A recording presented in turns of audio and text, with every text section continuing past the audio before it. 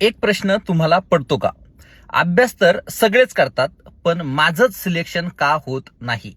लक्षात घ्या, जर तुम्हाला कोणतीही पोस्ट मिळवायची असेल तर दोन गोष्टींमध्ये तुम्ही परफेक्ट असणं गरजेचं आहे.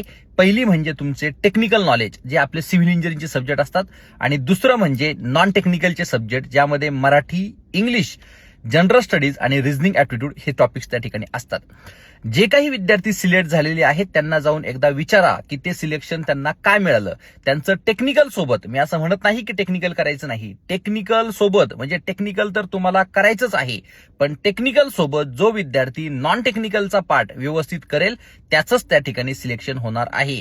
तर लक्षात घ्या, जर तुमचं सिलेक्शन होत नसेल तर याच्या मागे हे एक कारण असू शकतं की तुमचं नॉन टेक्निकल त्या ठिकाणी पक्क नाही. आणि जर तुम्हाला आता सिलेक्शन मिळवायचं असेल पुढील येणाऱ्या भरतीमध्ये तर तुम्हाला नॉन टेक्निकल पक्क करावं लागेल. पुढे स्क्रीनवर मी एक फोटो टाकतोय, आपलं एकेचा ठोकळा हे पुस्तक आहे.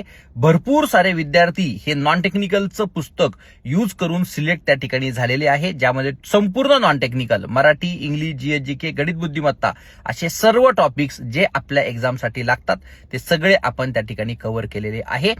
आता तुमची त्या ठिकाणी टर्न आलेली आहे. तुम्हाला त्या ठिकाणी जर सिलेक्ट व्हायचं असेल तर आपलं एकेचा ठोकळा हे पुस्तक त्या ठिकाणी ऑर्डर करा. एके इंजिनिअरिंगचं ऍप्लिकेशन त्या ठिकाणी तुम्हाला डाउनलोड करायचं आहे. All the best.